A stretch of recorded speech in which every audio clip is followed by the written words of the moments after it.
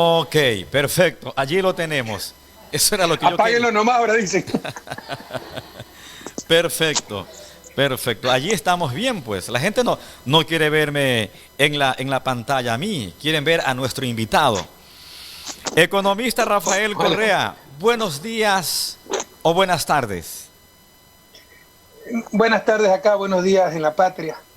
Y bueno, un inmenso abrazo a nuestra querida provincia fluminense, la cuarta más poblada del país, que ha sufrido tanto estos 3 años.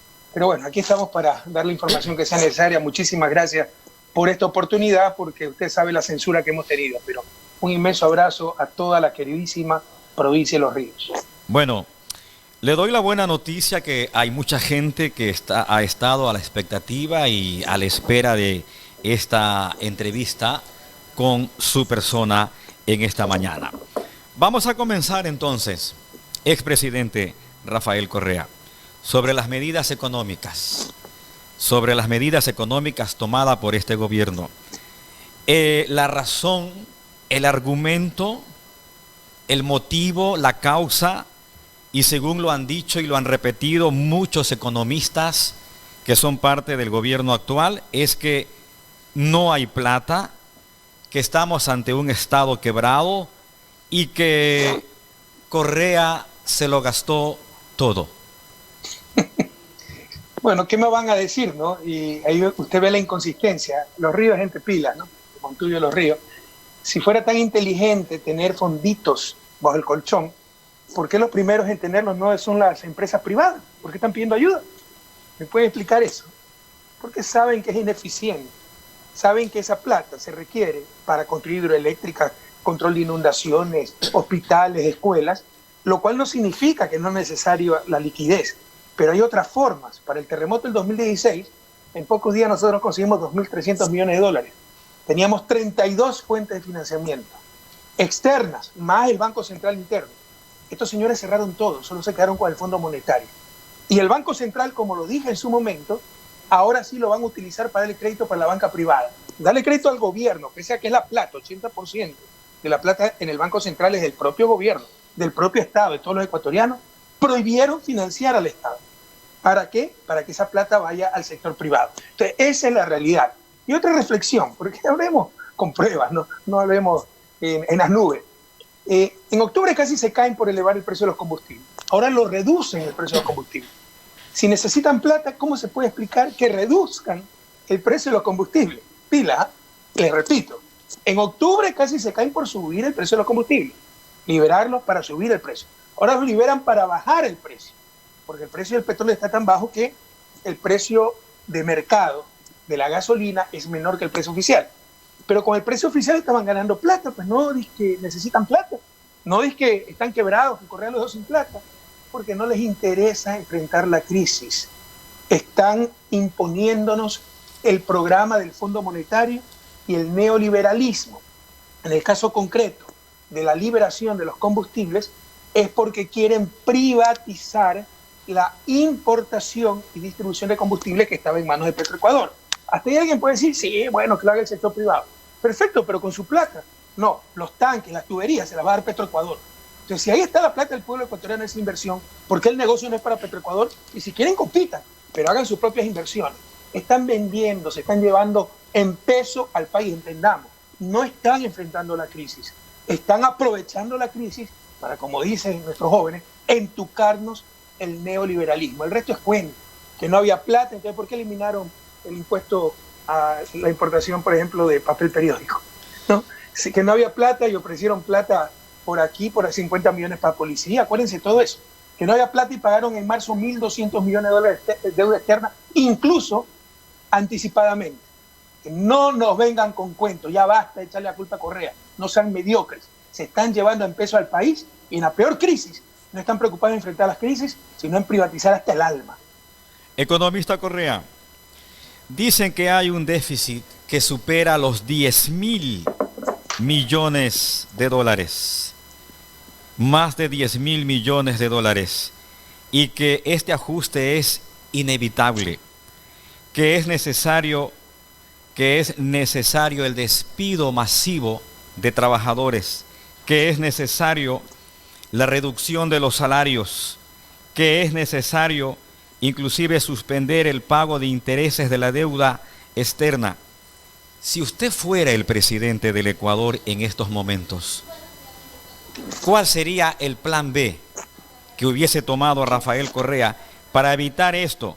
Reducción de salarios, despido masivo de trabajadores, reducción del presupuesto para las universidades, suspensión de pago temporal de los municipios. ¿Qué hubiese hecho el economista Correa? No sería el plan B, sería el plan A1, la regla de oro en crisis como la actual, que es crisis planetaria. La crisis no la ocasionó el gobierno, la catástrofe sí, y nos lleva a una catástrofe mayor, nos lleva al precipicio. Pero en todo caso, recomendación del propio Fondo Monetario, Banco Mundial, de la CEPAL, regla de oro, cuidar empleo, puestos de trabajo, cuidar empresas, cuidar nivel adquisitivo. ¿Por qué? Porque eso mantiene, además el empleo obviamente, el nivel de bienestar y todo, mantiene el nivel de actividad de la economía. Aquí están haciendo exactamente lo contrario. Destruir empleo, permitir que se voten trabajadores en tremenda crisis, lo cual es mandarlos a la miseria. No respaldaron a las empresas, van a cerrar muchísimas empresas, sobre todo pequeñas empresas, sobre todo sectores de servicios como restaurantes. Y desde el propio Estado empezaron a votar trabajadores, porque eso es lo que está en la Carta de Intención del Fondo Monetario, por favor. La liberación de combustible, la privatización, la flexibilización laboral, la reducción del tamaño del Estado, la reducción de la burocracia, la reducción de los salarios del sector público, está en el acuerdo firmado en marzo del 2019 con el Fondo Monetario. Son tan criminales que están aprovechando esta crisis para cumplir con el Fondo Monetario. Pero era lo contrario, ni el fondo lo está exigiendo, porque no son tontos. Era cuidar empleo público y privado, cuidar empresas y cuidar nivel de ingresos. Nadie ha dicho que no son momentos difíciles, son dificilísimos, pero empecemos el ajuste por otros lados. Por ejemplo, que paguen los que más tienen. El año pasado ya decreció la economía, 0.5%.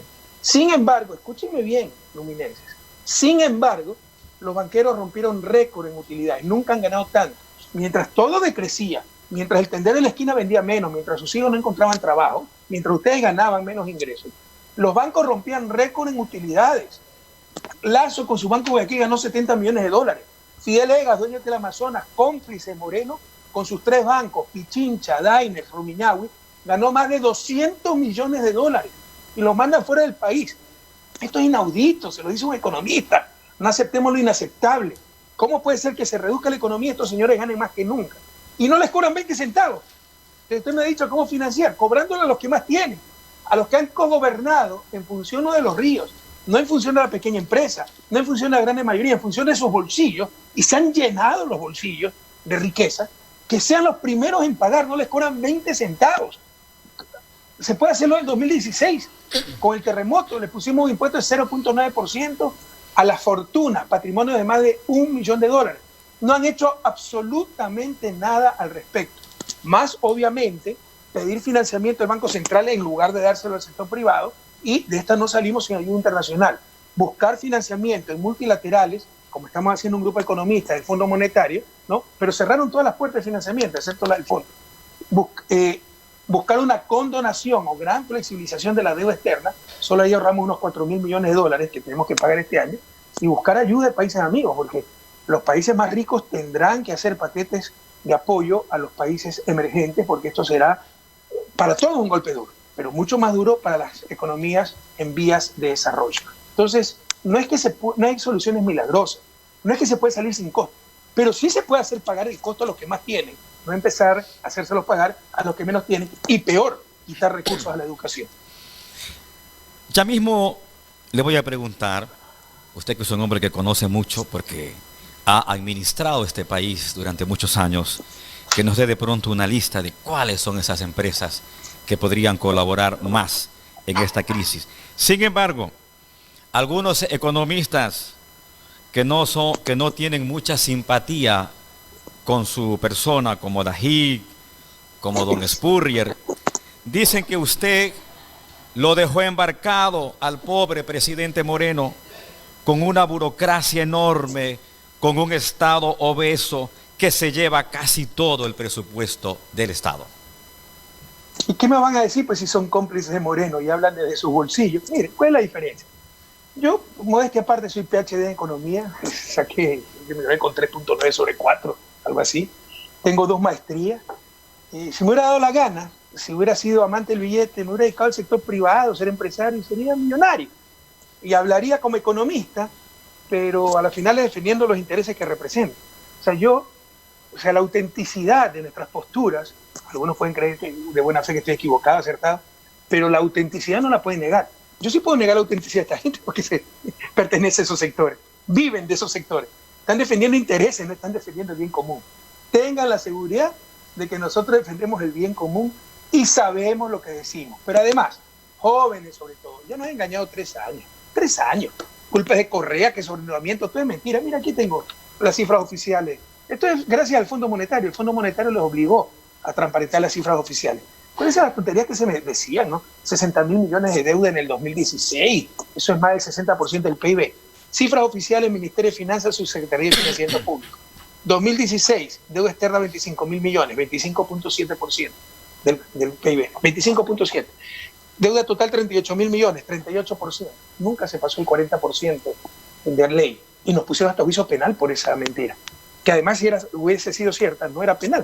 Era lo sumo una falla administrativa. Pero no era verdad. Ahora sí, con este gobierno, en 3 años han subido la deuda externa en 15.000 millones. En 10 años a nosotros nos subió 15.000 millones. Pero sembramos de obras. Todo el país, la provincia de Los Ríos, cada rincón de la patria. Estos, en 3 años, se han endeudado en 15.000 millones, 25.000 a 40.000 millones ha subido la deuda externa. Y no han hecho un poste alumbrado público. Lo que ha sucedido con esto ha financiado la fuga de capitales. Esto ha servido, como en Argentina, cuando el Fondo Monetario le dio 60.000 millones a Argentina, y por otro lado, las élites argentinas sacaron 70.000 millones de dólares. Esta plata se ha ido para financiar la fuga de divisas, de banqueros, de los cómplices de Moreno, mientras que se quedó endeudado el pueblo ecuatoriano. Y la deuda total, 54.000 millones, supera el 50%, final de 2019, esto ya es mucho mayor. Este gobierno el que sobreendeudó al país. No han metido 3 años, pidan pruebas. En cuanto a la obesidad del Estado, o sea, pasen repitiendo tonterías. Pregúntenle, por ejemplo, cuánto es el gasto público con respecto al PIB, el principal indicador del tamaño del Estado, que no nos dice nada, porque depende de la realidad de cada Estado. Si yo privatizo hasta el agua, porque en Chile hasta el agua está privatizada, verá que reduzco pues el gasto público, porque la educación va a ser privada, la salud va a ser privada, y vea lo que está sufriendo esa gente con esta crisis, el coronavirus, con salud privada. Pero si yo creo que la salud, la educación son derechos y tiene que proveerla el Estado, va a subir pues el gasto público. El gasto público no es un indicador de buenas o malas políticas económicas, refleja principios, valores, realidad de cada sociedad. Pero de todos modos, pese a todas esas advertencias, si ustedes quieren, o contextos, veamos pues, y por aquí tengo la cifra, si me da tiempo la encuentro, ¿no? ¿Cuál es el gasto público del Ecuador? 37%. De Estados Unidos hasta hace unos años era 37%, con Trump bajó a 35%. ¿Cuál es el gasto público de los países más desarrollados? Verifiquen, Dinamarca, Noruega, 49%, 50%. ¿Cuál es el gasto público de Francia? 55%. Los franceses son una bestia y son países subdesarrollados seguramente. Por el contrario, los países más subdesarrollados, Sudán, ¿cuál es el gasto público? 12, 13%. Usted está hablando tonterías. Cuando les digan el Estado obeso, bueno, muéstremelo con cifras. Pero la cifra principal, el principal indicador, y lo invito a que me refuten de ahí, Spurrier y todo el resto juntos, ¿no?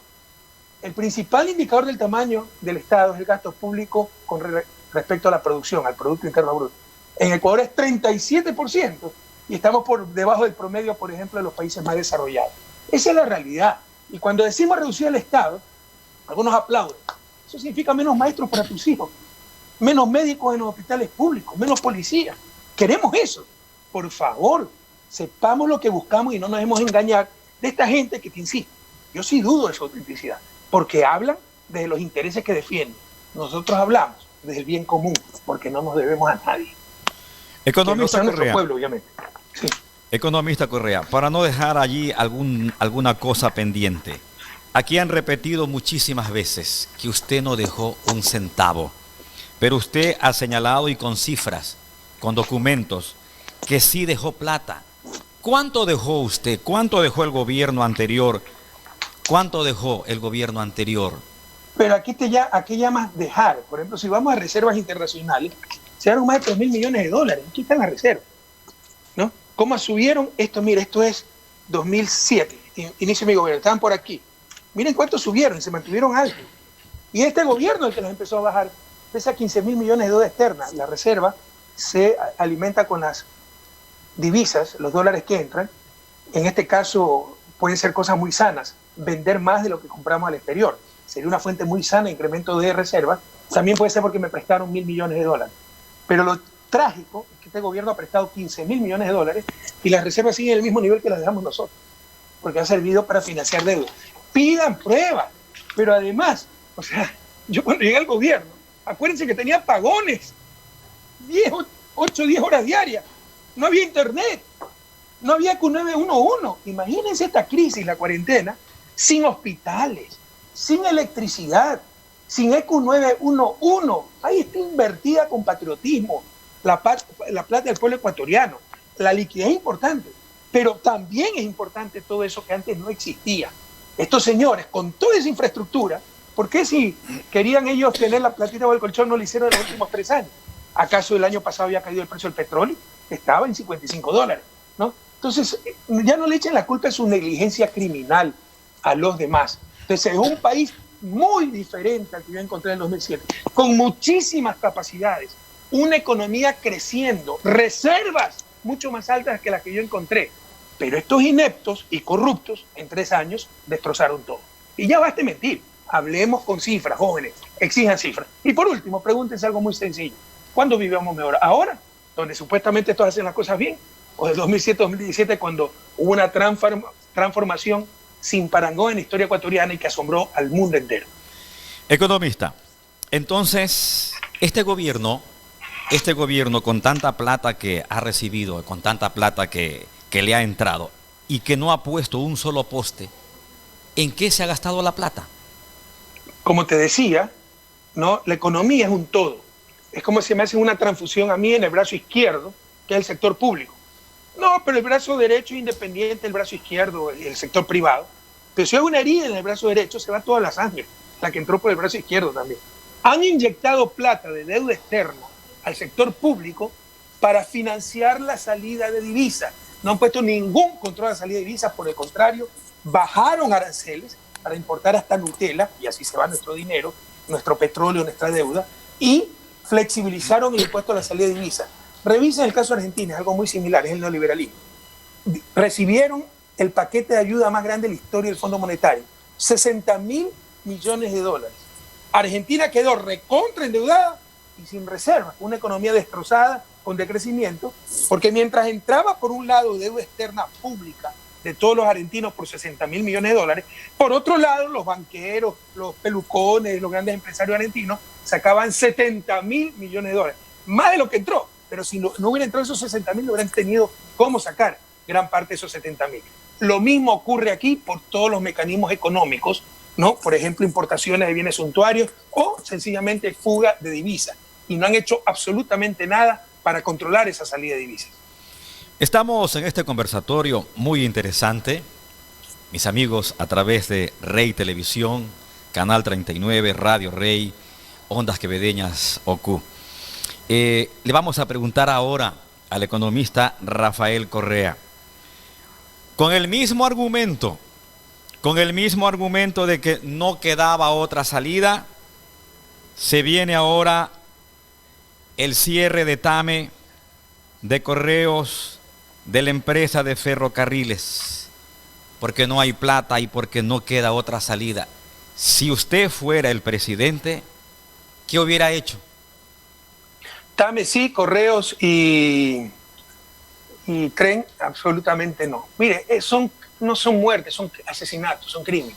Al Tren lo mataron, lo mató Celi, porque hace unos años, Celi, que es uno de los tipos más nefastos, otro corrupto, que tendrá que responder. Antes nos perseguían por odio, nos persiguen por pánico, porque saben el apoyo que tenemos en los ríos, en toda la patria. Entonces están con pánico de que los vamos a vencer en las elecciones y no tendrán dónde esconderse, por toda la farsa, por todos los crímenes, por todos los delitos que han cometido. Y uno de los hombres más dañinos ha sido este contralor trucho que tenemos, que entre otras estupideces glosó a los directivos del Tren por regalar paquetes turísticos a las operadoras para promocionar el tren, como hace un hotel, un resort, le da a cantantes, a gente famosa o a operadoras turísticas paquetes gratis para que vengan a conocer los directivos el resort y luego promocionen eso, ¿ya? asustó a todo el mundo. Las operadoras dejaron de operar, perdóname la redundancia, con el tren y quebraron al tren. El tren no era superavitario, tenía déficit, pero esa es otra tontería, ¿no? Que toda empresa debe tener, o incluso toda acción pública, toda actividad pública debe tener rentabilidad financiera. ¿Quién les ha dicho eso? ¿Cuál es la rentabilidad financiera de un monumento? Ah, pero no es una empresa sí debe tener rentabilidad financiera. ¿Quién les ha dicho eso? Si yo pongo una empresa de parques, ¿y para qué tengo una empresa de parques públicos? Porque hay actividad de jardinería, alquilar locales para el bar, ingresos, egresos, es mejor tener una empresa, pero no voy a cobrar la entrada al parque, porque esa empresa va a ser deficitaria, pero no por eso es mala, es otra lógica a nivel público. Eso Dají, que Furre nunca lo van a entender. Ellos solo tienen el signo de dólar en la pupila. Y por eso hemos tenido 200 años, hemos estado en su desarrollo. Y cuando avanzamos es cuando se rompió esa lógica del 2007 al 2017, porque nosotros sí sabemos lo que hablamos. Toda mi vida me he pasado estudiando desarrollo y cuando quiera armemos un debate con ellos dos y con 20 más si quieren, como de esta parte. Pero en todo caso, entonces hicieron quebrar al tren. El tren era un ancla. Ganó como el mejor proyecto turístico del mundo el año, no me recuerdo, 2014, algo así, ¿no? Venía la gente por el tren, ¿ya? El tren tenía pérdidas, porque los costos operativos eran altos, sobre todo mantener las rieles, que eran muy viejas, pero no es que la gente solo venía pues, a pasear en el tren, se quedaba en Quito, iba a las Galápagos, visitaba Cuenca, ojalá fueran a los ríos, a ver nuestros campos, nuestros arrozales, etcétera, ¿no? Entonces dejaban mucho más que lo que recibía el tren. Además, con ese tren vivían 32 comunidades que estaban muertas, que están en el camino del tren hacia Quito. Ahora, toda esa gente, jefe de familia, va a caer en el desempleo y verán que por otro lado les va a dar como caridad un bono y al final le están perdiendo más plata de la que están ahorrando. Así es la torpeza del neoliberalismo. No es tanto torpeza. Verá que acabarán privatizando el tren. Que si no era rentable el tren, ¿cómo es que lo privatizan? Porque es rentable. Lo quiebran a propósito. Algo similar con Correo. Además que Correo es otra de las empresas que no tiene por qué ser superavitaria. Presta un servicio social, pero tiene que cobrar por las cartas, tiene que pagar trabajadores. Es mejor que haya una empresa, ¿no? Entonces, pero si llevar una carta que veo no es rentable, ¿no? Entonces una empresa privada no lo va a hacer, porque te va a cobrar $70. ¿Y quién puede pagar eso? Entonces tiene que ser una empresa estatal, pero no va a tener rentabilidad financiera, pero sí rentabilidad social. Lo importante a nivel público, en general, en todo, pero sobre todo a nivel público, es la rentabilidad social. Eso es lo que esta gente no entiende. TAME es otra cosa. TAME, o sea, no es esencial para un Estado una empresa de aviación, pero obviamente, ¿por qué perdía plata TAME? En verdad son muy ineficientes y fue muy duro tratar de corregir eso. Esas atavismos, esas situaciones vienen desde que las manejaba TAME, las Fuerzas Armadas. Cuando yo llegué al gobierno, créanme, los militares activos y pasivos y sus familias pagaban solo 10% del pasaje de TAME. ¿Cómo iba a ser rentable? Yo prohibí todo eso y por eso me odian muchos oficiales, porque ahora tienen que pagar el pasaje completo. Pero, por ejemplo, un viaje a Loja. La vía Loja no es rentable, la ruta Loja. La hacía TAME, tenía que ser subsidiada. El problema es que si ustedes quieren tener en azul los libros, ¿qué es lo que podemos hacer? Si el ticket cuesta $300, pero no se puede cobrar eso, sino solo 150, los otros 150 yo pagarlo al Estado, ¿no? Y pasar como ingreso de TAME. No se le pagaba y pasa como subsidio, o como pérdida, perdón, de TAME. Pero a TAME se le obligaba a tener vías, a tener rutas que no son comercialmente rentables, porque la visión de una empresa pública es otra, no es la rentabilidad financiera. Si fuera la rentabilidad financiera pura, ¿para qué es pública? Que sea privada nada más. Es sobre todo rentabilidad social. Sin embargo, TAME sí tiene grandes deficiencias y yo sí creo que se debió vender al público, no eliminarla, ¿no? Sanearla, clarificar sus balances, porque esa clase de negocios no indispensables para la marcha de un Estado, a diferencia de Correos o del tren, que tiene hasta un simbolismo, el tren de Alfaro, ¿no? Y que era un proyecto turístico, tal vez el principal, el de más atracción del Ecuador, sí lo puede manejar la empresa privada, pero debieron venderla, no debieron cerrarla, no debieron eliminarla, no debieron liquidarla, con lo cual probablemente lo que buscan es indirectamente ayudar a las otras empresas privadas que están funcionando en Ecuador, porque todo es negocio para esta gente. Economista Correa, tómese un poquito de agua porque le voy a hacer una pregunta que no va a ser mucho de su agrado. Usted tiene derecho a defenderse. Usted tiene derecho a defenderse. Está muy lejos. Acá lo atacan todos los días y no le dan el chance de que se defienda. Ahora dicen que uno de los motivos para que TAME haya quebrado es porque lo usaban los correístas, los ministros, los funcionarios públicos para llevarlos a las reuniones y a las sabatinas. ¿Qué les responde usted? Bueno, tómese un vasito de agua, porque yo también con todo cariño le voy a decir, a mí no me molestan las preguntas, siempre y cuando sean inteligentes e informadas, pero hay ridiculeces que no se pueden preguntar con todo respeto, licenciado. O sea, para la sabatina en Quevedo íbamos en TAM, es una estupidez, una monstruosidad. Eso no resiste el menor análisis, entonces no se pueden preguntar esas cosas con todo respeto. Es demasiado infantil, o sea, no tiene ni lógica ni concierto. Es una mentira monstruosa, pero además imposible. O sea, ¿dónde se va a viajar para las sabatinas en TAM? Y si se viajaba, se pagaba el ticket. De hecho, yo obligué al sector público a que todos viajen en TAM, y por eso tenía una serie de reclamos porque era muy impuntual TAM. Por ejemplo, ahí ve la ineficiencia. Una cosa es que tengan vías no rentables financieramente. Otra cosa es que no logren ni siquiera ser puntuales. Había mucha ineficiencia. Pero los obligaba a viajar en TAM. Y que ahora digan que utilizamos, supongo, gratuitamente para las sabatinas, es una mentira monstruosa. No resiste el menor análisis. Bueno, es lo que dicen sus adversarios, economista Correa. Pero licenciado, Sí. Con todo respeto, y tómese un vasito de agua también, un periodista profesional no puede repetir rumores. Bien. Porque dentro del código deontológico está contrastar la información, verificarla. Correcto. Porque se siguen preguntando esas barbaridades y la gente puede tener alguna duda. Entonces, no es repetir rumores, ¿no? Es verificar la información y hacer preguntas informadas con todo cariño. En su periodo se trasladó desde Quito a Quevedo la oficina central de Ban Ecuador. ¿Cuál era el objetivo? ¿Cuál era el fin? ¿Y por qué ahora este gobierno regresa la oficina de Ban Ecuador a Quito? Bueno, eso le voy a preguntar al gobierno, ¿no? Mire, sinceramente para mí eso me entristeció mucho, porque cuánto yo tuve que enfrentar por eso, por la descentralización. Yo vengo de la costa, sé lo que es la centralización. Hasta Flopec, la flota petrolera ecuatoriana, los barcos, los buques que transportan nuestro petróleo, hasta la oficina de Flopec estaba en Quito. Yo obligué que vaya a Esmeralda, Puerto de Balao, de donde salen los buques. No se imagina la oposición que enfrenté, porque además eso significa menos trabajo en Quito, ¿no? Entonces, la Corporación Financiera Nacional estaba en Quito, la mandé a Guayaquil. Y el Ban Ecuador, recuerda que era el Banco de Fomento, lo modernizamos, pero era orientado sobre todo a la agricultura. ¿Cuál es el centro agrícola del país? Quevedo. ¿Por qué tenía que estar en Quito? Lo mandé. No se imagina la lucha, son cosas durísimas, porque tenemos una burocracia que sabe hacer resistencia pasiva, que dice, sí, presidente, usted es un genio, y después este mono no le hagas caso, ¿no? Y empiezan a torpedear todo, ¿okay? Yo iba de visita sorpresa a Quevedo, recuerdo, y una vez, y por eso uno pasa hasta como autoritario, les caí de sorpresa y no había nadie, pues, en la matriz de Ban Ecuador en Quevedo. Y me enojé muchísimo y le puse un ultimátum al gerente: si usted no viene acá a trabajar, me presenta renuncia.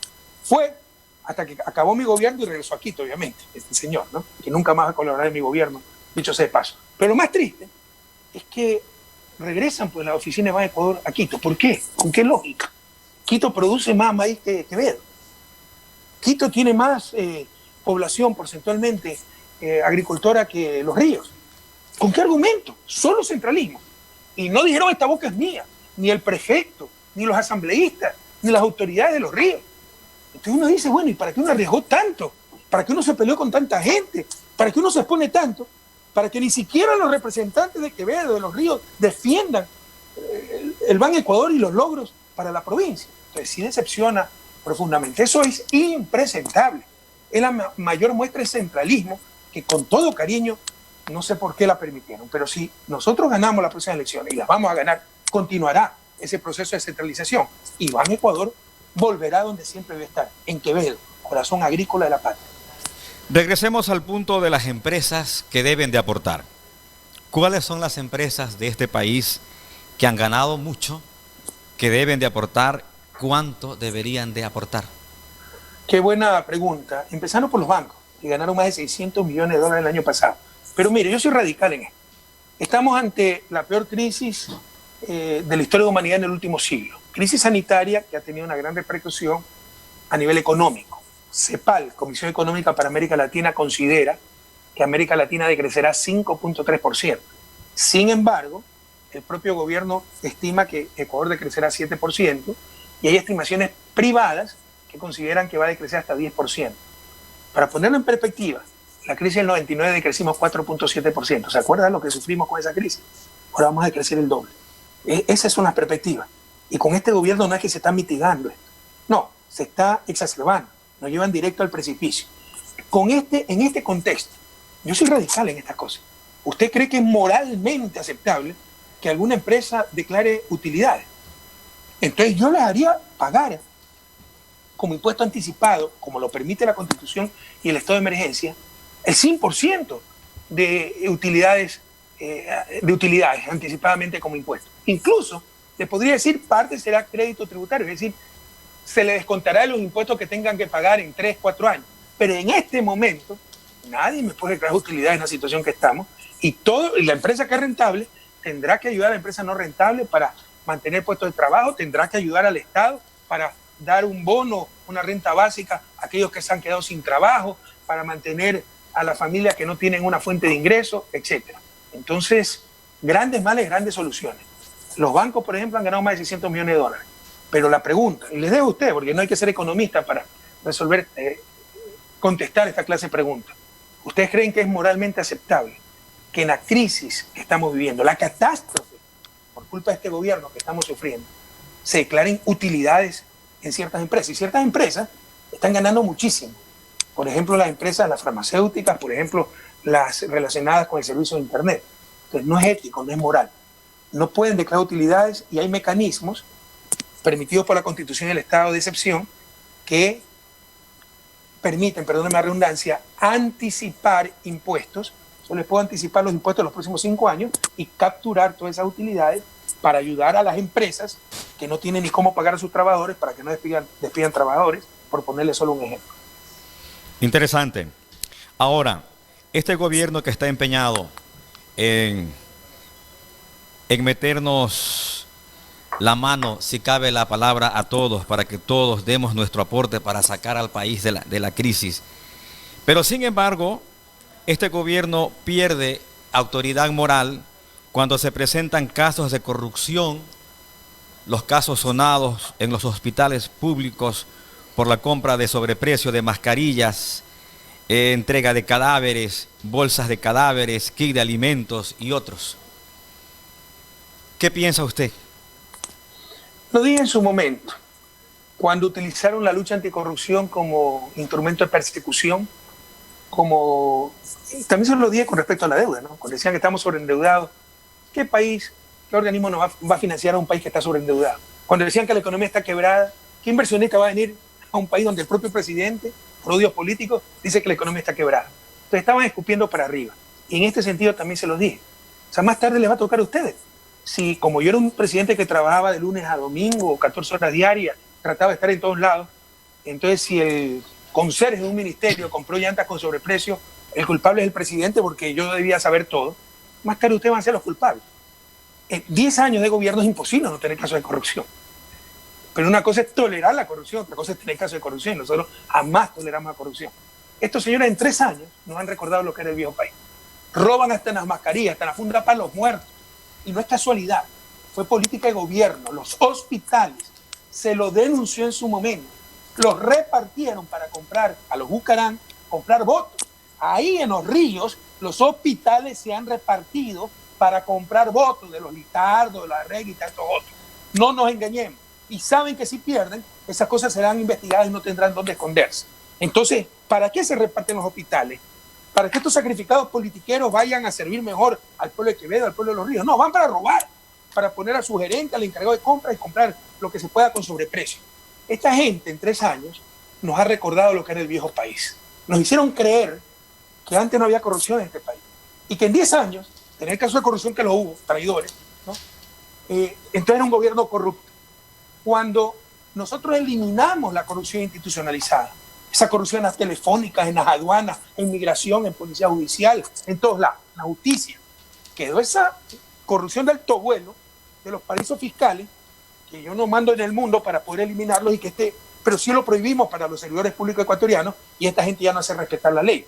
¿Y cómo se detecta una cuenta secreta en Andorra? Entonces, con esos paraísos fiscales es que todavía se puede robar. Pero no había esa corrupción generalizada, institucionalizada y provocada por la politiquería, por el reparto del Estado. Bueno, ya la hay. Los jóvenes que no conocieron mi gobierno, el viejo país, que crecieron con mi gobierno, esos jóvenes de 20, 24 años, cuando yo llegué a la presidencia en 2007, tenían 7 años, 6 años, que muchos se alejaron tal vez del gobierno. Me quedé bien Correa, pero miren la corrupción. Nos hicieron creer que todo había sido corrupto y que el culpable siempre era el presidente. Bueno, ya tienen de vuelta el viejo país. Eso era el viejo país. El reparto de los hospitales, el reparto de la salud, de la educación, de las aduanas, y para que la gente vaya a robar, hasta con mascarillas, con sobreprecio, fundas de muertos con sobreprecio, medicina con sobreprecio. Entonces me parece escandaloso y obviamente esa gente tendrá que responder, pero no están respondiendo. Fíjese usted la contradicción, ¿no? Si fuera contra un correísta, por un discurso, el ex canciller Ricardo Patiño tiene orden de prisión. A Mendoza, asambleísta que apoya a Moreno, se le descubrió en la casa de su asesor fundas de billetes por más de $500,000 y sigue actuando en la asamblea. ¿Se imagina la contradicción? Hay una doble moral terrible porque los corruptos siempre fueron ellos y han utilizado la lucha anticorrupción solo para perseguir a sus adversarios políticos. En nuestro caso, ¿dónde está la funda de dinero? ¿Dónde está la plata? No seamos tontos, compañeros. ¿Quién roba para beneficiar a los chinos, a los rusos, a Petrotailandia? El corrupto roba para enriquecerse. Y lo único que sabe enriquecer son ellos.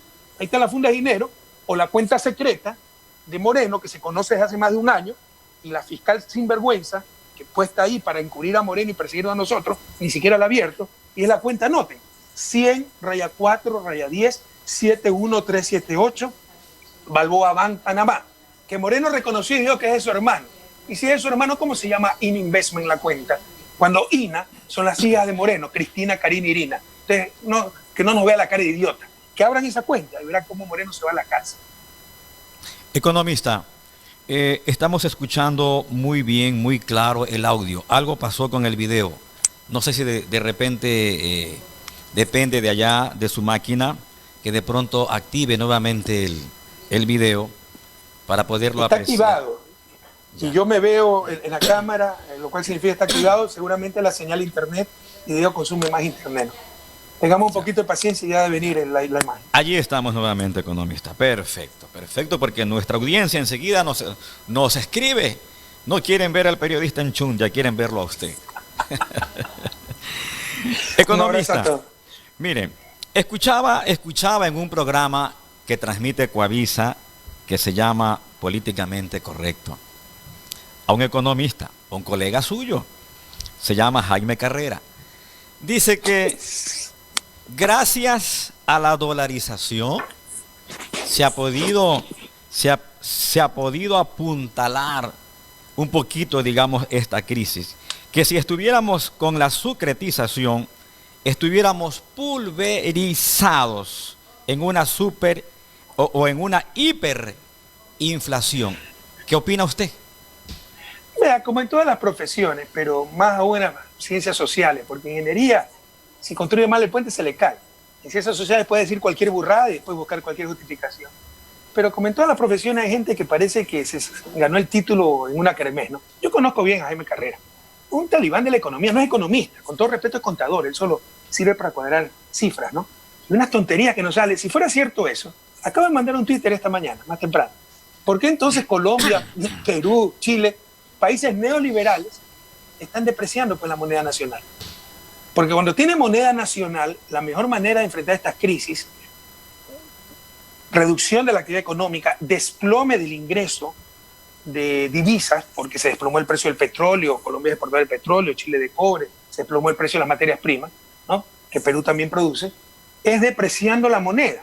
Eso abarata nuestra producción, nos hace más competitivos, se exporta más y se importa menos. Y muchas veces ni lo siente. Puede generar inflación, pero no necesariamente si hay desempleo. Y no lo siente si es que no está comerciando en dólares, sino en pesos, en soles, en peso chileno. ¿Ok? Cuando una economía está muy dolarizada, sí lo puede sentir porque sube el precio también en dólares al interior de la economía. Pero si se comercia en moneda nacional, muchas veces ni lo siente. Pero en dólares, el salario se redujo. ¿Qué es lo que están haciendo ahora? ¿No? Directamente, perjudicando a la gente. Si hubiéramos tenido tipo de cambio, ese ajuste sea vía monetaria, no lo que llaman los economistas vía real. No hubieran tenido que votar 25%, como están buscando, o las decenas de miles de funcionarios públicos, sino que el gasto público que querían reducirlo se reduce en términos de dólares con la depreciación. Porque si antes 10.000 millones de sucres, si hubiéramos tenido sucres, significaban, qué sé yo, 1.000 millones de dólares, 10 sucres dólar, si ahora vale 20 sucres del dólar, son 5.000 millones de dólares nada más, se achicó en términos de dólares el tamaño del Estado. Entonces, para algo sirve el tipo de cambio. No es que Colombia, Perú, Chile son brutos y no se les ocurrió la dolarización como a Joyce de Ginata, a Carrera, a Giga, nuestro genio.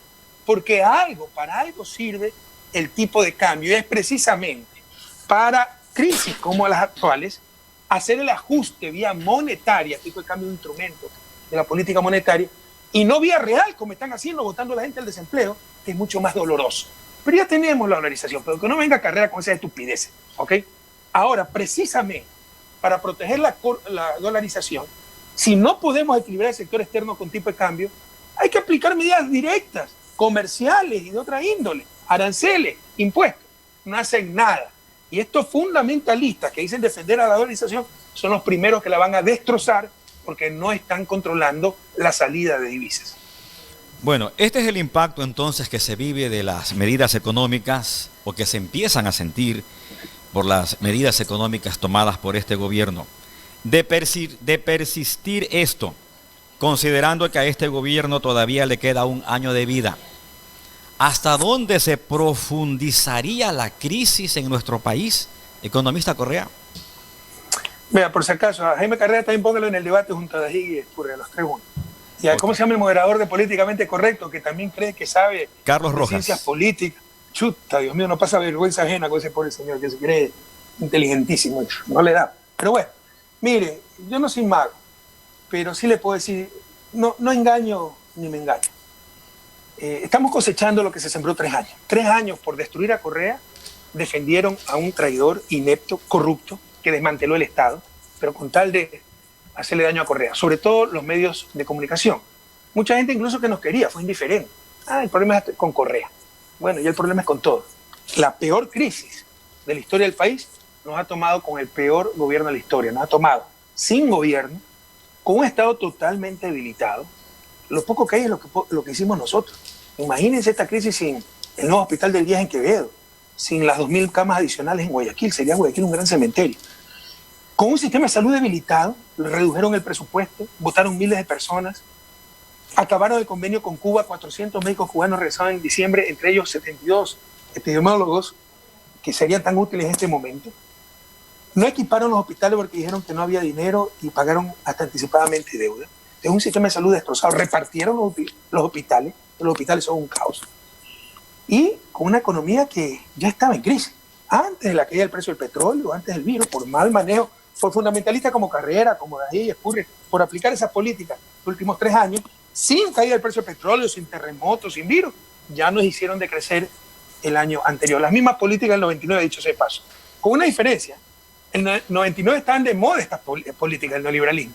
Hoy todo el mundo quiere salir del neoliberalismo. Hasta Francia, con Macron, que es un presidente neoliberal y banquero, dice, esto tiene que cambiar. Y estos insisten en quedarse y en profundizar el neoliberalismo. Realmente es algo de loco, algo patológico. Entonces, y no hay gobierno. No se están tomando medidas. ¿Qué medidas qué plan económico tenemos? No hay nada. El ministro de Finanzas es incompetente. Es un títere, además, de los grupos de poder. Está ahí para defender intereses del Lazo, de los que lo pusieron, y para entucarnos, como le decía, el neoliberalismo. Entonces, con dolor les tengo que decir, vamos al precipicio. Lo peor está por venir.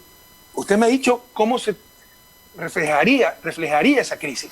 Que el gobierno no tenga ya cómo pagar empleados públicos, que ya no haya cómo financiar las compras necesarias para la industria, porque no hay divisas, y que se vaya la dolarización, que colapse la dolarización. Y haya una depresión y un desempleo terribles. No vamos a salir de esto sin costo. Esto es una crisis planetaria, pero una cosa es una crisis, otra cosa es una catástrofe. Una cosa es caer en un barranco, otra cosa es caer en un precipicio. Con este gobierno vamos directo al precipicio.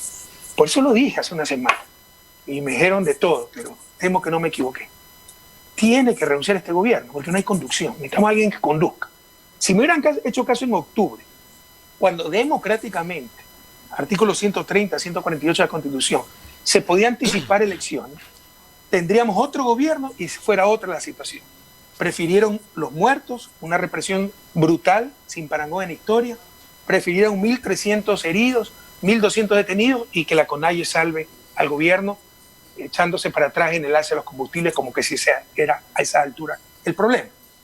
Cuando decretaron estado de emergencia el 16 de marzo, fui el primero en decir, pese a la persecución criminal de este gobierno, se necesita autoridad, se necesita unidad, hay que apoyarnos. 10 días después no daban un centavo para la emergencia. Renuncia la ministra de Salud anunciando que le habían impuesto gente por compromisos políticos sin preparación técnica. Mintieron que traían 2 millones de pruebas. El aislamiento no lo podían sostener porque no había atención con cajas de comida, distribución de cajas de comida, como era obvio, porque yo le escuchaba antes de esta entrevista decir que la gente tiene que salir a trabajar para llevar el pan a la casa, para llenar la olla. Mucha gente trabaja el día a día. Entonces no le puede exigir aislamiento si no la apoyaba con comida en las casas. No hicieron nada. Como le decía, no equiparon los hospitales. No pudieron ni enterrar a los muertos, no pudieron ni conseguir ataúdes. Entonces yo estoy viejo para engañarme. Con este gobierno vamos directo al precipicio. ¿Se requiere un cambio de gobierno? Si no, Dios quiera, seré más contento si estoy equivocado y sufrimos una crisis como el resto del mundo, pero no mayor. Pero temo que la crisis ecuatoriana va a ser muchísimo mayor que el resto del mundo y muchísimo mayor que la crisis de 1999. Gracias por su respuesta. No hay soluciones milagrosas, ya. Pero en lugar de caer en un barranco, vamos a caer en un precipicio con este gobierno. Economista. Don José Ordóñez, del portal Cuatro Pelagatos. Don Hernán Pérez Luz, columnista de Diario El Universo. Doña Marta Roldós, que siempre habla de estos temas de la política, dicen que, sin embargo, al gobierno no le quedaba de otra y que los ecuatorianos tenemos que imbuirnos de nacionalismo y patriotismo para apoyar estos ajustes porque no hay plata. Son cómplices por el gobierno, por el odio a Correa, ¿qué más espera? Vea lo que decían en el 2016 cuando tuve que enfrentar un terremoto de casi 8 en escala Richter, cuando en pocos segundos tuvimos más de 600 muertos y a ninguno le faltó identificación, ataúd, un entierro digno, cuando perdimos en pocos segundos más de 3.000 millones de dólares por las pérdidas materiales que produjo el terremoto y después tuvimos 4.000 réplicas. Miren lo que decía esta gente, que por gusto estamos elevando el IVA, que por gusto estamos cobrando impuestos, que todo se podía solucionar con maná del cielo. O sea, son los periodistas, analistas de alquiler, ¿no? Depende de dónde reciben para ver lo que dicen. Y conmigo nunca recibieron ni recibirán absolutamente nada. Una lástima la deshonestidad intelectual de esta gente, pero Luz, se entiende, no es de la mafia del universo, pues, de la élite que siempre nos han dominado. José Ordóñez ni siquiera sé quién es. Y Marta Roldós es una verdadera pena, ¿no? Esa pobre señora, por su odio contra mí, desde que derroté a su tío, es capaz de venderle el alma al diablo. A ver, por acá le mandan saludos, están junto a nosotros, aunque no salen en pantalla. El concejal Luis Alvario de Quevedo, el concejal alterno Carlos Tipán y Rocío Vera Zambrano, coordinadora de la Revolución Ciudadana. Un abrazo a todos, gracias compañeros por su lealtad, por su entrega, por su sacrificio. A seguir trabajando. Seguimos, todavía no hemos culminado con la entrevista economista. Esto está muy interesante. Tengo 3.300 seguidores ahorita en la página del Facebook. Vamos con el otro tema. De cara a las próximas elecciones, si todo está mal, es como una taza que se cayó al piso y se ha hecho 1000 pedazos. Y la gente dice que con Correa estábamos mejor. Entonces, habrá que ganar las próximas elecciones. Pero el líder Rafael Correa está enjuiciado, está empapelado, como se dice en la jerga popular, y no podrá ser candidato. Entonces, comencemos por allí. ¿Cómo le va a hacer Rafael Correa para poner a un perfil para que justamente abrace los votos de la Revolución Ciudadana y puedan ganar las próximas elecciones? Primero, creo que da un gran ejemplo, ¿no? Una taza, la única diferencia no es que se cayó, la arrojaron al piso y le hicieron añicos. Este gobierno debe escribir el manual cómo destrozar un país en 3 años. Y con dolor les digo, el próximo gobierno no va a recibir un país, va a recibir ruinas. Esto va a ser durísimo. Y esto va a ser años, tal vez décadas perdidas para el desarrollo. y una generación perdida para el desarrollo por culpa de estos ineptos. Repito, a mí me gusta mantener la objetividad. El virus no lo produce el gobierno, la catástrofe sí. Vaya, vea países como Costa Rica, enróchese quien se enroche, países como Venezuela. ¿Cuántos muertos tiene? Costa Rica tiene 10, 12, Venezuela tiene 19. Nosotros tenemos 18,000 muertos. Es objetivo esto, o sea, somos el país con mayor cantidad de muertos per cápita del mundo entero. Somos el ejemplo a nivel mundial del peor país que ha manejado la pandemia. Hasta hace unos años éramos ejemplo de todo lo bueno. No somos ejemplo de todo lo malo. No hay derecho a que nos hayan hecho este daño. ¿Y por qué hay que ganar las elecciones? Esto no es afán de poder, ambiciones. Yo no ambiciono nada para mí. Es que si no nos siguen destrozando, pues, Fluminense, Riocense. Ustedes quieren que siga esto, que sigan privatizando hasta el alma, que en lugar de atender a la necesidad del pueblo ecuatoriano en esta terrible crisis, piensen cómo hacer negocio. Quieren que se siga destruyendo la salud, la educación, que siga el reparto político, la vergüenza mundial, con permitir que entre la policía británica a sacarlo a Julian Assange de nuestra embajada, con el servilismo a los Estados Unidos. Mira cómo está Trump, el gran amigo de Moreno. ¿Quieren que siga esto? ¿Quieren que siga esta tristeza, de no esta vergüenza de lo que está haciendo este gobierno? Cuando hace 3 años éramos el país de la alegría, el país de orgullo, éramos ejemplo para América Latina. Si queremos evitarlo hay que recuperar, no nos engañemos, hay que ganarle las elecciones. Ellos lo saben. Antes por odio, ahora por pánico, nos van a tratar de aniquilar, porque saben que si ganamos no tendrán dónde esconderse. ¿Y qué están utilizando? La persecución judicial. Y a mí sí, es una tristeza enorme. Yo aprendí hace mucho tiempo que la vida es muy corta para odiar. Pero qué decepción de cierta gente a la que apreciaba en los ríos, ¿no? Todos los asambleístas nos traicionaron, se vendieron por el primer plato de lentejas o por amenaza. Pero ¿cómo han contribuido a un gobierno que ellos saben que somos gente honesta y que han perseguido a sus ex compañeros y han permitido que nos insulten y han hasta aplaudido eso? Litardo, acuérdense cómo organizó para votar a la mayoría del Consejo de Participación Ciudadana para que no pueda rever las nominaciones de Trujillo y tengan ahí la gente para que nos siga persiguiendo. Mire la condena del caso Bochorno, porque esto no es caso de soborno. Se la voy a leer textualmente, página 384, textualmente. El procesado Rafael Correa Delgado ejerció sus funciones como presidente constitucional de la República del Ecuador 2007-2017 con un poder total concentrado en sus manos a manera de un autócrata, esto es, controlando las 5 funciones del Estado ecuatoriano: ejecutiva, legislativa, judicial, electoral y transparencia. Esto dicen jueces, no son dirigentes del MPD, esta proclama política. Es decir, me condenan por haber ganado todas las elecciones, repitiendo lo que dice la oposición, los medios de comunicación. Es vergonzoso, pero lo más grave, porque este es el delito, si quieren. Pero la prueba evacuada en audiencia de juicio resultó incontrovertible para determinar que el procesado Rafael Correa Delgado hizo surgir sobre un grupo de personas, específicamente sobre un grupo de funcionarios públicos de su entera confianza, mediante un influjo psíquico, la resolución de realizar el injusto de cohecho. Imagínense, como no tienen pruebas contra mí, porque primero no ha existido cohecho, aquí están persiguiendo a gente inocente con tal de perseguirme a mí. Segundo, si hubiese existido algo que yo tengo que ver en eso, dicen que hubo influjo psíquico, y que es incontrovertible la prueba. O sea, no sé si llamaron a un parapsicólogo, qué sé yo, llamaron a Tony Camo para demostrar que yo tenía un influjo psíquico sobre lo demás. Esto ya es ridículo, pero en esta situación estamos. ¿Por qué? ¿Por qué hicieron esta audiencia en plena pandemia, en pleno estado de excepción, con 2.000 causas represadas? Porque están apuraditos para ver si tienen una sentencia definitiva antes de septiembre y que no me pueden inscribir como candidato porque de vicepresidente para abajo yo sí puedo participar. Pero no solo eso, tienen terror de que participe Revolución Ciudadana, que en este momento estamos con lista 5, compromiso social, y están buscando eliminar compromiso social. Los Ríos, ya a levantarse, no podemos permitir que nos sigan robando la democracia. O sea, ¿cuántas veces han roto la democracia, la Constitución? Han destrozado los derechos humanos, han destrozado la patria entera. Al principio era contra los correístas y muchos se lavaron las manos, fueron indiferentes, problema de Correa, él mismo nos sugirió que voten por él, bien hechito. Ahora destruyeron tu familia, destruyeron tu educación, destruyeron tu comunidad, destruyeron nuestra alegría, destruyeron nuestra patria.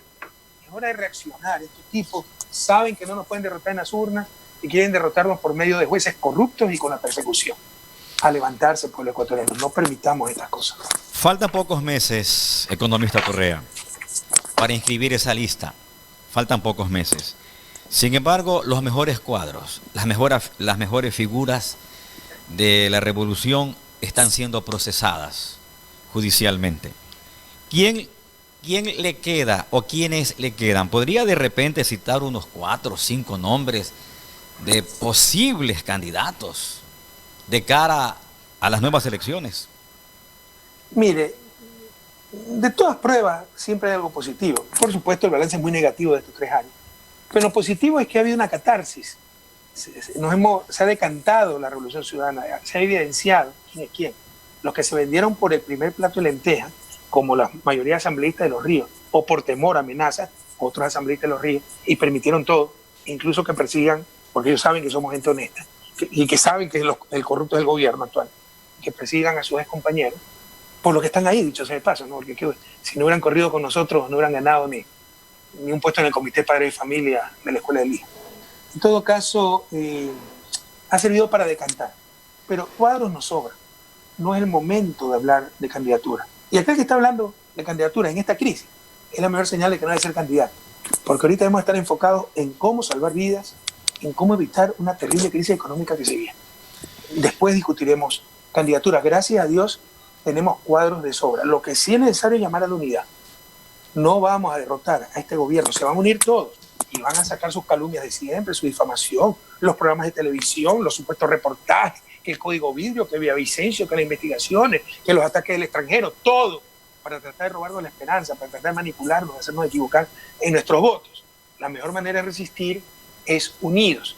Sí tenemos que hablar de la unión, de hacer un gran frente de la esperanza, un gran frente de la recuperación nacional, y las candidaturas hablar después. Pero en este momento debemos enfocarnos en esa unidad y en cómo salvar vidas y evitar que el país vaya a un precipicio por el mal manejo de la crisis económica. Se requiere de un buen cuadro, se requiere de un buen perfil para hacerle frente a sus contendores, como son el caso de Otto, de Lasso y de Nebot. Sí, no hay candidato no hay adversario pequeño, pero nosotros estaremos muy contentos si van ellos tres, porque van a recibir el castigo del pueblo ecuatoriano. Otto, ¿cómo se puede sacar encima su responsabilidad con el gobierno? ¿Cómo se va a poder sacar encima su mal manejo de la crisis? Porque acaso su buen manejo es repartir fondos de comida, ir a visitar los hospitales con fotógrafo, con asesor español. ¿Qué decisión estratégica tomó para evitar la crisis, para evitar los muertos? Hasta el punto que somos el país que peor ha manejado la pandemia a nivel mundial. Ese es el récord de hoy. Y obviamente Lasso y Nebot han cogobernado con Moreno y con Estado toda la fechoría de Moreno. Ustedes van a ser tremendamente castigados en las urnas. Ojalá que corran los tres, ojalá. Ok. Se habla de una posible alianza, de la lista 5, de una posible alianza con el movimiento indígena. Pero sin embargo, el movimiento indígena está cuarteado. Por un lado están los Yacuperes, por otro lado están los Vargas, por otro lado están los Isa. ¿Será posible encontrar una figura dentro del movimiento indígena que primero unifique al movimiento indígena? Nada unifica al movimiento indígena, pero mire, separemos entre dirigencia indígena y pueblo indígena. Siempre hemos tenido el apoyo del pueblo indígena y siempre hemos estado con el pueblo indígena. 2013, la última vez que fui candidato, les gané en todas las circunscripciones, en todas. Le gané a Pachacuti, en Amazonía, Sierra Centro, regiones altamente indígenas, Chimborazo, le ganamos, ¿no? Siempre hemos estado con el pueblo indígena, y dicho sea de paso, el pueblo indígena, no por gusto, nos apoya, porque con nosotros pues la pobreza disminuyó grandemente, la tasa de matrícula llegó al promedio nacional, cuando antes estaba 10 puntos por abajo, se duplicó la matrícula en universidades, entraron al servicio exterior, becas, escuelas del milenio en el sector indígena, y dábamos prioridad, se fortaleció la educación bilingüe, entonces grandes avances. Por supuesto faltaba mucho por hacer. Siempre hemos estado con el pueblo indígena, estaremos con dirigentes sanos, nuevos, territoriales, con esa dirigencia podrida nacional, ni a la esquina. Si ellos han sido cómplices de Moreno, ellos han cogobernado con Moreno. O sea, por estar contra Correa, porque conmigo no tuvieron la dirección de educación bilingüe. ¿Y por qué? Primero, es inconstitucional, eso es responsable del gobierno central. Segundo, era la peor educación. Cuando yo llegué la tenían ellos. Servía como botín político, estaba la hija del dirigente, profesora, las camionetas servían para los levantamientos, para movilizaciones, y era la peor educación, para los más pobres, la peor educación. Entonces les quité la dirección bilingüe, y de ahí es que se fue Pachacuti, que le veía bonito, dejó de apoyarnos. Pero en todo caso, han sido cómplices de Moreno. En octubre entendamos, pero no hay dónde perderse. La CONAIE le dio la tabla de salvación. El levantamiento fue de las bases, rebasaron a la dirigencia.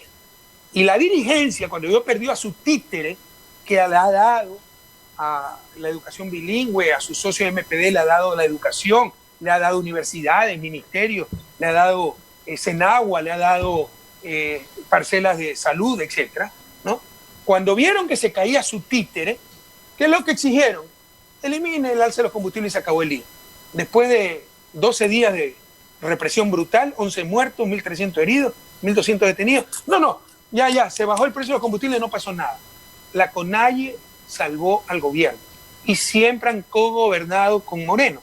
Tenían de ministro Humberto Cholango, pero hablemos con cosas concretas. Secretario Nacional del Agua. El bloque de Pachacuti, que en la Asamblea hasta lo último, esa ley nefasta las ha apoyado. Entonces siempre han sido cómplices de Moreno. Con esa dirigencia corrupta, vendepatria, entreguista, ni a la esquina. Con el pueblo indígena siempre, y con dirigentes sanos, locales, territoriales, en contacto con su gente, por supuesto, las puertas siempre estarán abiertas.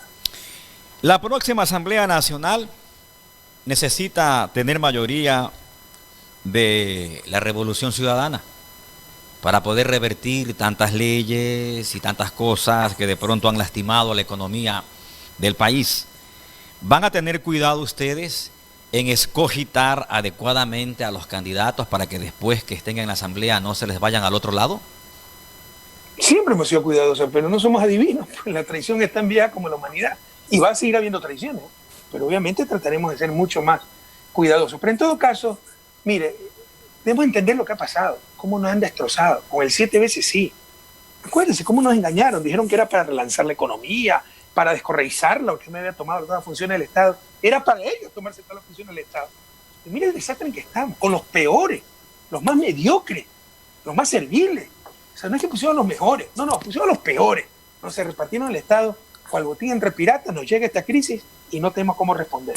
Pero no solo eso, es una responsabilidad histórica, porque por ganar la Correa, por destruir la Correa, no les importa destruir la patria. Por ejemplo, modificaron el método de asignación de escaños. Pasaron del método de Hunt, que fortalece tendencias, que es lo utilizado prácticamente en toda América Latina, por el método de Webster, que potencia minorías. Con eso dispersan la fuerza en asamblea y no se va a poder cambiar nada, a no ser de que se compren de nuevo los votos con el hospital, con la Escuela del Milenio, con tal espacio, para lograr una mayoría móvil y poder sacar o revertir algunas leyes, ¿no? Pero eso es corrupción, eso es inmoral. Entonces ya le hicieron un gran daño a la patria para evitar que nosotros tengamos mayoría. Si sacáramos la misma votación que en el 2017, cuando obtuvimos 74 diputados, nuestro cálculo es que solo obtendríamos 55 asambleístas. Nos robaron 19 asambleístas en el tapete. Y ese fue Litardo. Litardo tiene una gran responsabilidad con la patria, como en octubre, ¿ya? Que no dio paso al artículo 148 para evitar tantas muertes y porque estaba palanqueándose él reemplazar a Moreno. Como no le resultó, después, yo no soy golpista, mentiroso, mediocre. Y luego, acuérdense también cómo destituyeron al Consejo de Participación. Perdieron, destituyeron a la mayoría. O sea, y algo descarado. Y por último, reforman el método de asignación de escaños. Ahora, entre el primero y el segundo, si hay 2 diputados, 2 asambleístas en una provincia, tenemos que ganarle 3-1 al que nos sigue. 3-1. Si sacamos 300.000 votos y el que sigue saca 100.001 votos, el segundo escaño es para ese. Entonces, ¿qué es lo que va a haber? Va a haber el diputado del movimiento parroquial, del Pachacuti, del MPD, una dispersión total que va a impedir consolidar una mayoría y consolidar un proyecto nacional para que nada cambie, para hacerle daño a Correa, preservar su privilegio y lo que están es destruyendo la patria. Litardo tiene una gran responsabilidad histórica en esto, pero no solo él. En todo caso, ¿qué significa esto, queridos jóvenes, queridos compañeros de Quevedo, de Los Ríos? Hay que votar con más ganas, todo lista 5, Revolución Ciudadana, para tener una mayoría aún más contundente y pese a esta trampa, pese a este daño que le han hecho a la República, lograr mayoría y ojalá 2/3 y poder revertir todo el daño que ha hecho esta gente con su ley nefasta, leyes privatizadoras, la exoneración de impuestos para los más ricos, la carga de impuestos para los más pobres y todas las trapacerías que han hecho. Economista Rafael Correa Delgado, muchas gracias por haber aceptado esta entrevista, por haber conversado con nuestra audiencia, con nuestro público, con nuestros oyentes acá en Quevedo, la provincia de Los Ríos y gran parte del país. Gracias a usted, licenciado. En verdad he disfrutado mucho esta larga entrevista. Le agradezco porque me dio tiempo para explicar las cosas, siempre a la orden. Ojalá Quevedo, Los Ríos, no se dejen engañar. Los corruptos siempre fueron ellos, revisen lo que les dé la gana. No me gusta hablar de estas cosas, licenciado, pero si vienen a visitarme un día verán que vivo en casa alquilada, mi hijo estudia en escuela pública, mi esposa trabaja como profesora para completar el presupuesto, no tengo ni carro y somos nosotros los corruptos. Y estos sinvergüenza que en 3 años han llevado la patria en pesos, nos quieren dar cátedra de moral. Ya se les derrumbó eso con todas las pillerías que se han visto en estos últimos tiempos. Pero no es suficiente indignarse. Hay que actuar contundentemente, la mejor arma es nuestro voto. Y no nos dé bien, va a venir un ataque terrible, van a tratar de engañarnos, inventar historias. Recuerda solamente cómo te han engañado estos 3 años y que nosotros nunca te engañamos. Entonces, a votar todo, lista 5, Revolución Ciudadana, recuperar la patria, más bien asamblea, presidencia y vicepresidencia, y volver a ese país. No sin sacrificio, el daño es enorme. El próximo gobierno administrará ruina, pero al menos tendrán la seguridad que habrá un gobierno que actúe en función del bien común, no en función del bolsillo de unos cuantos. Un inmenso abrazo, Quevedo. Gracias, licenciado, por esta oportunidad. Y pese a los momentos durísimos, a tener fe. Siempre hemos salido adelante y lo volveremos a hacer. Un fuerte abrazo a todas y a todos. Muchas gracias a usted y que tenga una linda tarde. Gracias a ustedes. Mis amigos, esta ha sido la entrevista con el economista Rafael Vicente Correa Delgado a través de Rey Televisión, canal 39, Radio Rey, la 96.7, retransmitidos también a través de la señal de OCU, canal 35 y OCU Radio.